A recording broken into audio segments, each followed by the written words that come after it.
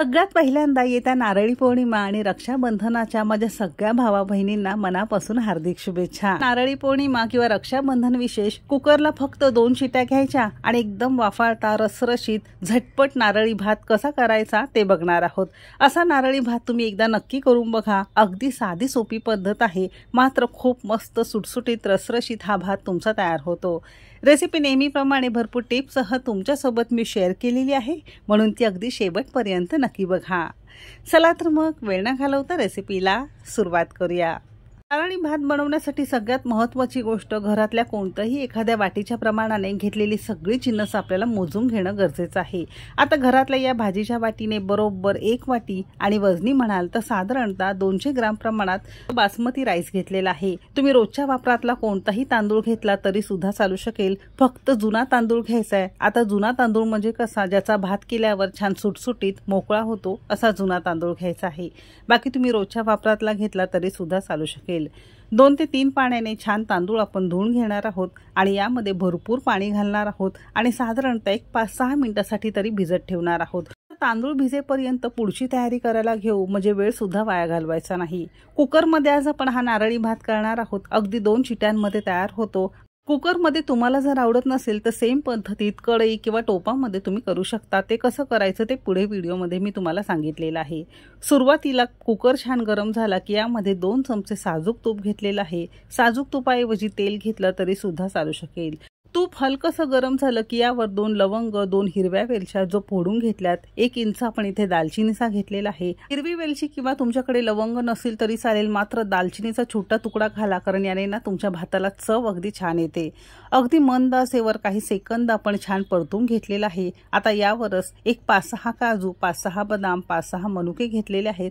आता सुकामेवा तुम्ही न घालता असाच केला तरी सुद्धा चालू शकेल, पण सुकामेवा घातला की थोडंसं रिच होतं, थोडंसं पौष्टिक होतं। मी अगदी छोटे छोटे तुकडे करून घेतले तरी सुद्धा चालू शकेल। तर अगदी मंद आचेवर फक्त 2 मिनिटं अजिबात रंग न बदलता थोडंसं खरपूस आपण हे छान परतून घेतलेलं आहे। आता ज्या वाटीने तुम्ही 1 वाटी तांदूळ घेतलेला होता ना, अगदी त्याच वाटीने अर्धी वाटी किंवा 50 ग्राम प्रमाणात इथे आपण ओल्या नारळाचा किस किंवा डेसिकेटेड कोकोनट घेतलेला आहे।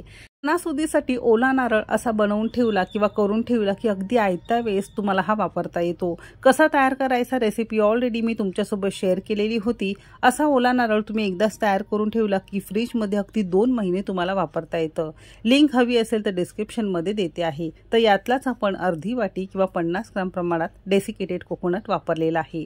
तुम्हाला असं वापरायचं नसेल तर ताजा ओला नारळ मिक्सरला बारीक पावडर करून तुम्ही इथे वापरलं तरी सुद्धा चालू शकेल। सेम वाटीने बरोबर अर्धी वाटी किंवा 100 ग्राम प्रमाणात बारीक चिरलेला गूळ घेतलेला आहे। म्हणूनच सुरुवातीला सांगितलेलं होतं, घेतलेली सगळी जिन्नस एखाद्याच वाटीने तुम्हाला मोजून घ्यायचं आहे।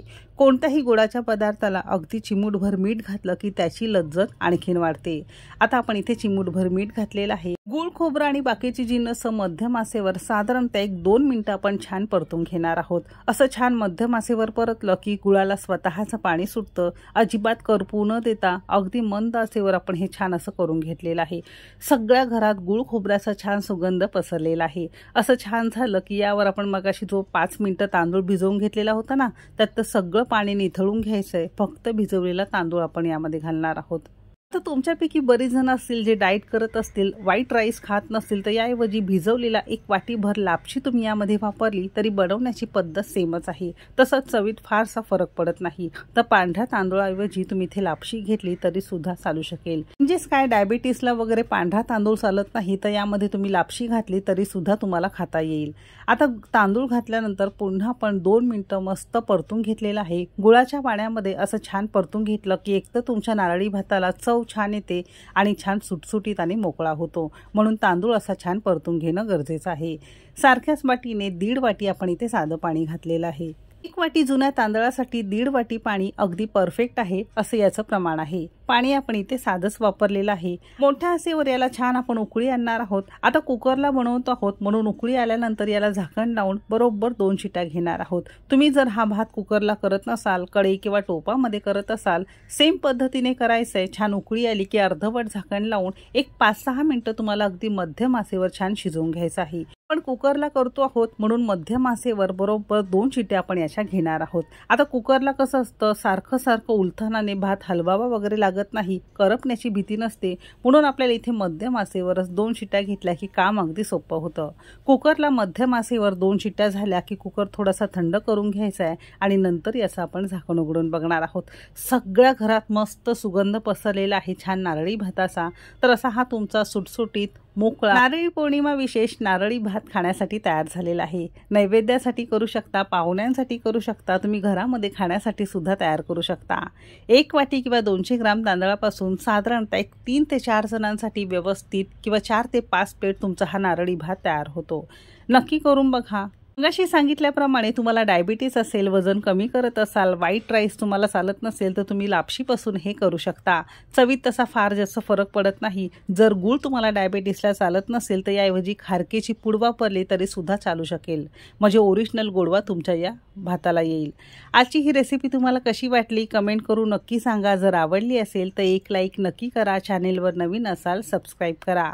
आपल्या रेसिपीज तुम्ही कोणत्या शहरातून बघताय ते सुद्धा नक्की सांगा। कुकरला झटपट नारळी भात करून सुद्धा बघू शकता, प्रत्येक शीत छान मोकळा झालेला आहे, एकमेकांना अजिबात तो चिटकत नाही, तर नक्की करून बघा। चला तर मग भेटू एक मस्त आणि जबरदस्त रेसिपी सोबत। तोपर्यंत मस्त खा आणि स्वस्त रहा।